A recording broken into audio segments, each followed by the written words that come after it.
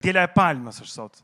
Quhet ndryshe edhe java e pasionit, ajo që nis nga kjo e diel deri të dielën tjetër. Edhe është një fest e cila tradicionalisht ka shënuar edhe besimin e hebrejve, dalja nga Egjipti. Kështu që duam që të kthehemi pas në kohë në Jeruzalemin e vitit 32-33.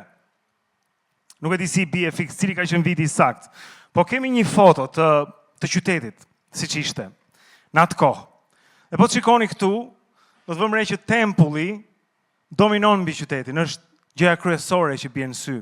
Më i shtrenjti vendi të gjithë hebrejve, vendi ku ata vinë, ku ata që janë jo hebrej mund të afrohen vetëm diku atje afër, por nuk mund të hynë brenda sepse tempulli është i shenjtë. Dhe gjithë ky qytet, që normalisht në atë kohë kishte rreth 40.000 banor, kur vinte java e Pashkës, kjo që fillon sot, e diela e palmës dhe më tutje, edhe pse këtë emër të dielën e palmës e mori pikërisht këtë të diel ku do të themi ne, ishte një qytet që zgjente.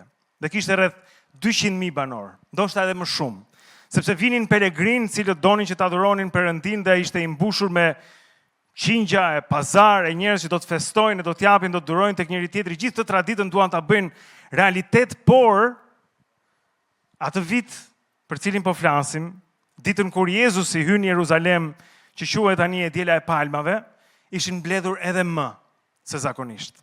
Sepse kishin dëgjuar për këtë rabin të ri, i cili kishte 3 vjet që vinte vërdall kodrave të Galiles, duke kthyer shikimin e të verbërve, duke ngjallur të vdekurit. Në fakt, çështja e Lazarit kishte ndodhur shumë pranë dhe njerëzit ishin shumë të entuziazmuar.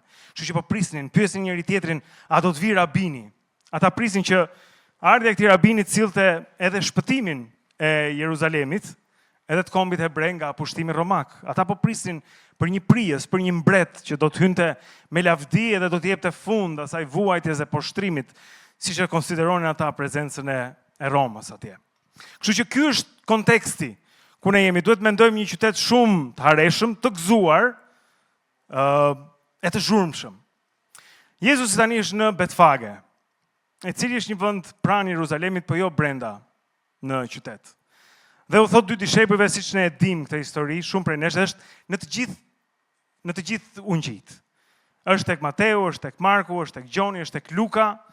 Kjo hyrja e Jezusit në Jeruzalem, e diela e palmave, nuk mungon në asnjërin prej ungjive.